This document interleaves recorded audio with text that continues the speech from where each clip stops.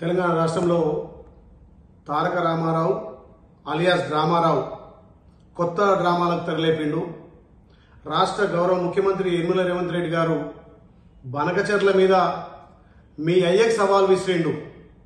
బనకచెర్ల మీద అసెంబ్లీలో చర్చకు రమ్మని చెప్పి మీ అయ్య కేసీఆర్కు సవాల్ విసిరితే నువ్వు ఒక బచ్చగాడివి, నీ స్థాయి మరిచి ఒక రాష్ట్ర ముఖ్యమంత్రి హోదాలో ఉన్నటువంటి గౌరవ ముఖ్యమంత్రి శ్రీ యనమల రేవంత్ రెడ్డి గారిని ఇవాళ ప్రెస్ మీట్కి రమ్మనే దమ్ము ధైర్యం నీకు లేదు. నీ స్థాయి మరిచి మాట్లాడుతున్నావు, నీ డ్రామాలకు తెరలేపినవు. ఇవాళ బనకచెర్ల ప్రాజెక్టు విషయంలో ఆంధ్రాకు అప్పనంగా నీలో పేపింది మీ నాయన మీ బావ హరీష్ రావు. బనకచెర్ల మీద దమ్ముంటే ఇప్పటికైనా స్పీకర్కు లేఖ రాసి అసెంబ్లీలో చర్చకు సిద్ధమని చెప్పి మా గౌరవ ముఖ్యమంత్రి సవాల్ విసిరితే ఆ సవాల్ స్వీకరించలేక మీ అయ్య ఫామ్ హౌస్కే పరిమితమైండు. నువ్వేమో ఇవాళ సోమాజ్ కూడా ప్రెస్ క్లబ్ అంటున్నావు. ఒక గౌరవ ముఖ్యమంత్రి మంత్రులు ఎమ్మెల్యేలు ప్రజలిచ్చిన తీర్పుతోటి అసెంబ్లీలో చర్చకు రమ్మని మేమంటే నువ్వేదో సోమాజ్ కూడా ప్రెస్ క్లబ్ అని ఇవాళ చిల్లర మల్లర మాట్లాడుతున్నావు. కేటీఆర్ కాంగ్రెస్ పార్టీ రైతులకు ఏం చేసింది అంటున్నావు. కాంగ్రెస్ పార్టీ చరిత్ర నిలిచే విధంగా 2009లో గౌరవ వైఎస్ఆర్ గారు రైతులకు తొలిగా రుణమాఫీ చేసే చరిత్ర కాంగ్రెస్ పార్టీది. రైతులకు ఉచిత కరెంట్ ఇచ్చింది కాంగ్రెస్ పార్టీ. ఇవాళ భారతదేశంలో అత్యధిక ప్రాజెక్టులు కట్టింది కాంగ్రెస్ పార్టీ.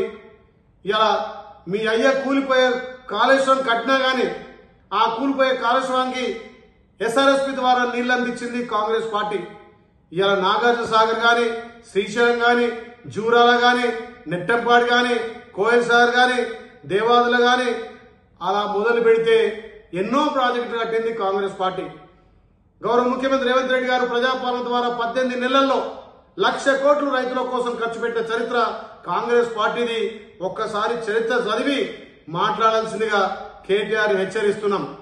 కేటీఆర్ ఒక డ్రామారావుగా డ్రామాలకు తెరలేపిండు. ఇవాళ మా ముఖ్యమంత్రి ఢిల్లీకి పోయింది చూసి ఇవాళ పారిపోయినట్టున్నావు. మీరు 10 ఏళ్లలో అధికారంలో ఉండి ఢిల్లీ నుంచి రావాల్సిన నిధులు తేలేక చవట దద్దన్నం లెక్క ఢిల్లీలో సఖ్యత లేక మీరు ఎలక్షన్లప్పుడే దోస్తాను తప్ప నిధుల విషయంలో గాని తెలంగాణకు రావాల్సినటువంటి వాటాలు గాని ఎన్నడూ కూడా మీ అయ్య గాని నువ్వు గాని మీ బావ కేంద్రం నుంచి తేలేకపోయారు.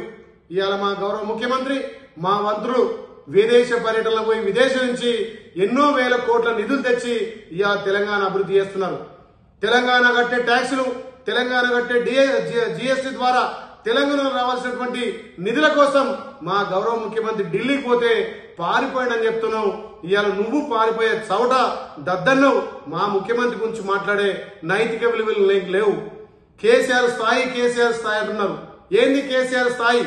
తెలంగాణ అమరుల మీద ఏర్పడినటువంటి తెలంగాణలో అప్పనంగా పందుకక్కు లెక్క దోచుకొని ఇవాళ కేసీఆర్ స్థాయి అంటున్నారు. కేసీఆర్ కు ప్రతిపక్ష హోదా ఇస్తే కనీసం ప్రతిపక్ష హోదా నిర్వహించలేక ఫామ్ హౌస్ లో పండుకుండు.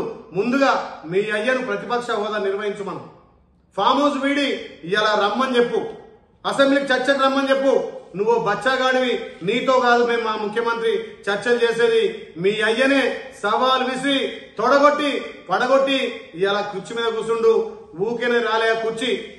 ఇవాళ తల్లి సోనియం ఇచ్చినటువంటి అభయాస్తం 6 గ్యారెంటీలతో పాటు మేము ఇయ్యనటువంటి హామీలను గాని మేము ఇయ్యనటువంటి సంక్షేమాలన్నీ కూడా మీరు ఇయ్యనటువంటి సంక్షేమాలు మా గౌరవ ముఖ్యమంత్రి ఇస్తుంటే తెలంగాణ ప్రజల నుంచి వస్తున్నటువంటి ఆదరణ చూసి ఓర్వలేక డ్రామారావు గారు కొత్త డ్రామాలు చేస్తున్నారు. రైతులకు పెద్ద ఎత్తున రుణమాఫీ చేసినాం. ఒక్క సంవత్సరంలోనే ఇవాళ సుమారు 25 లక్షల మందికి 22,000 కోట్లతోటి రుణమాఫీ చేస్తే నీ కళ్ళు మండుతున్నాయా? మీరు వరేస్తే ఊరని చెప్పి ఆ రోజు మీ నాయన ఫామ్ హౌస్ లో 150 ఎకరాలు ఒరేసుకోవచ్చు. ఇవాళ మేము ఒరేస్తే మీరు ఊరంటే మేము ఒరేస్తే సంబరాలు చేసుకునే విధంగా మద్దతు ధర ఇచ్చి ఇవాళ మా గౌరవ ముఖ్యమంత్రి రైతులకు పెద్దపీట వేసి సన్నొడ్లకు 500 బోనస్ ఇస్తున్నాం. ఇవాళ మేము కొనుగోలు చేసిన 24 గంటల్లో రైతు ఖాతాలో అమౌంట్ జమ చేస్తున్నాం. మేము ఇన్పుట్ సబ్సిడీ ఇస్తున్నాం, రైతులకు అన్ని విధాల మా ప్రభుత్వం అండగా ఉంటే రైతుల నుంచి వస్తున్నటువంటి ఆదరణ చూసి ఓర్వలేక డ్రామారావు గారు కొత్త డ్రామాలు తెరలేపిండు. తస్మాత్ జాగ్రత్త, నువ్వు మా ముఖ్యమంత్రి గురించి మాట్లాడే విలువ నీకు లేదు. దమ్ము ధైర్యం ఉంటే నువ్వు, మీ అయ్యా, మీ బావ అసెంబ్లీకి రాని, అసెంబ్లీలో చర్చలు పెడదాం. ఇవాళ తెలంగాణ నీళ్లు అప్పరంగా తెలంగాణకు వచ్చే వాటాను రాయలసీమకు పోయి రొయ్యల పులుసు తీసుకొని రొయ్యల పులుసు తిని ఇవాళ మీరు రాయలసీమను రతనాల సీమ అన్నప్పుడు మరి నీ తెలివెట్టిపోయింది డ్రామారావు గారు. ఇలాంటి తెలివిదొక్క మాటలు మళ్ళొక్కసారి మాట్లాడితే తస్మాత్ జాగ్రత్త. తెలంగాణ ప్రజలు గమనిస్తున్నారు.